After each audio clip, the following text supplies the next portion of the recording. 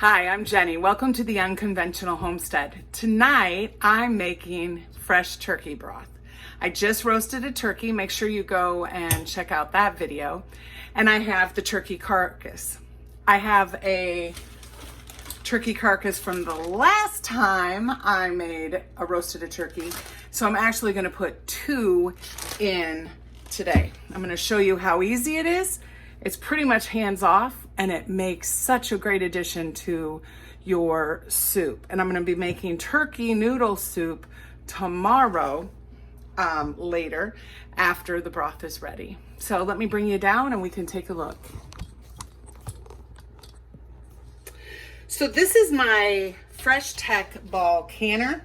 I've put, a little bit of water in it so that everything I add is not going to be just sitting on the bottom. I'm going to add the two turkey carcasses and a little bit of apple cider vinegar. That helps bring all the goodness out. Now, there's recipes online that says roast the bones, and I've tried all that. I don't think it made a difference. But you can always try it and see. The other thing that I have here, so I'm adding this is the carcass from the one I just made. That was a 10-pound turkey. I don't know what size that other one was, but this is all the drippings from the pan. Now, if I was canning this, I would not add that because I know that there was butter and grease from the turkey and all that kind of stuff.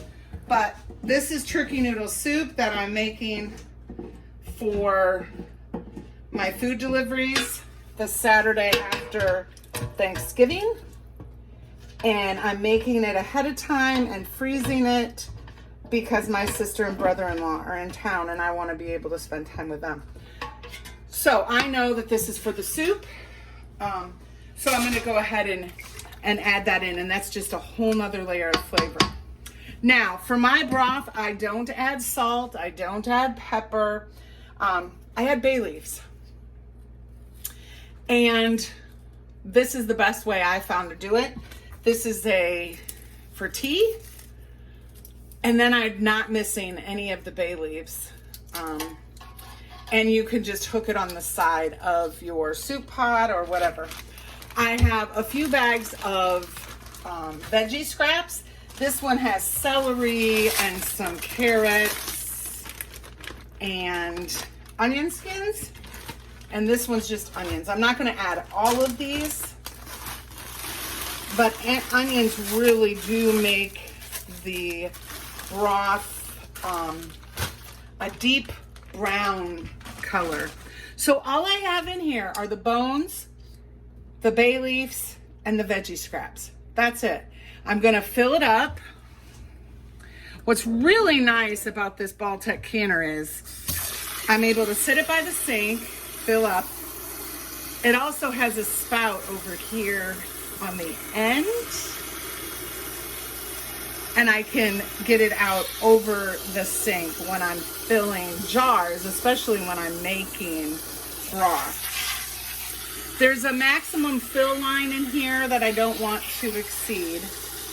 And then what I'm going to do is I'm going to turn it on all the way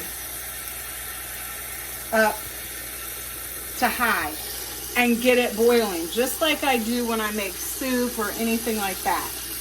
And then I will turn it down before I go to bed tonight.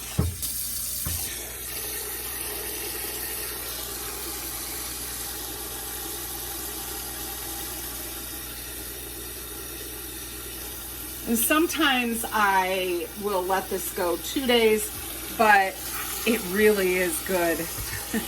I could, if you look at recipes for chicken noodle or turkey noodle soup, it'll tell you to make broth for just an hour or two on the stove. So you're okay with whatever you do. It's going to taste really good.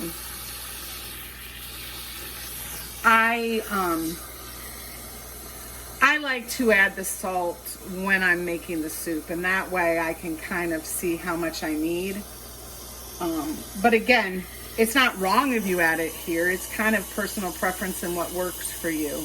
So try it a few different ways. This is what I've come up with that works for us.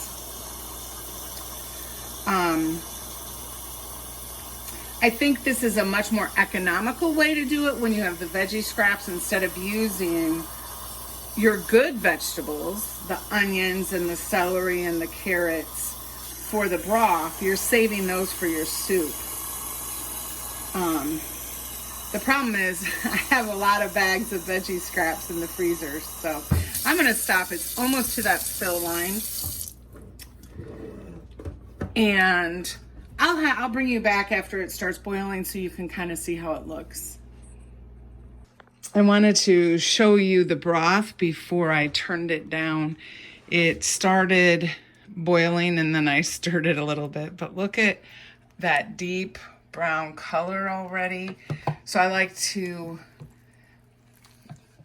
every few hours, stir it just to make sure everything is mixed really well.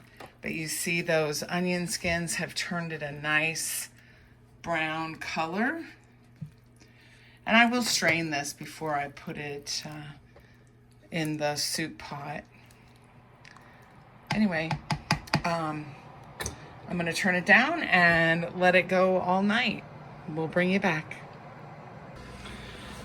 I just wanted to come on and show you the difference in color. It is just such a rich, deep brown. Those onion skins really make a difference. This is gonna be a great soup. I'll bring you back when we strain it and get ready to use it.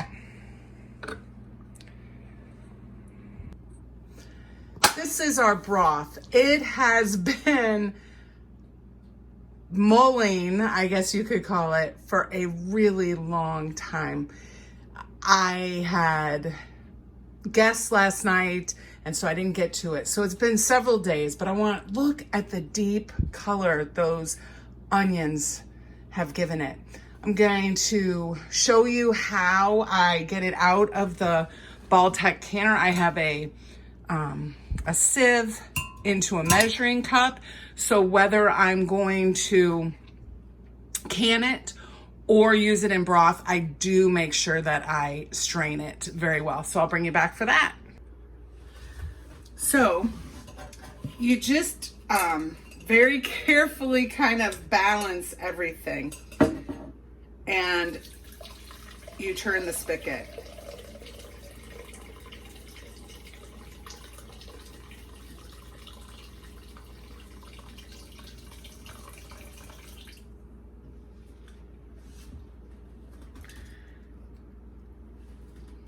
Look at this. Amazing.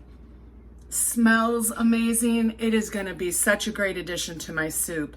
I hope that you will try making your own broth, that you've seen how easy it is. You know, this really technically would have been ready a few hours, but I've just added to the flavor by leaving it in the Baltic canner for a few days. It smells wonderful, the color is wonderful, and this soup is going to be amazing. So make sure that you come and check out the video of the turkey noodle soup as well. I appreciate you following along with this. Let us know down in the comments below if you plan on making your own broth, or if you already have, if you're going to can it, or if you're going to make soup with it. But also please like, comment, and share this video. But we hope that you'll subscribe and come back for all of our adventures.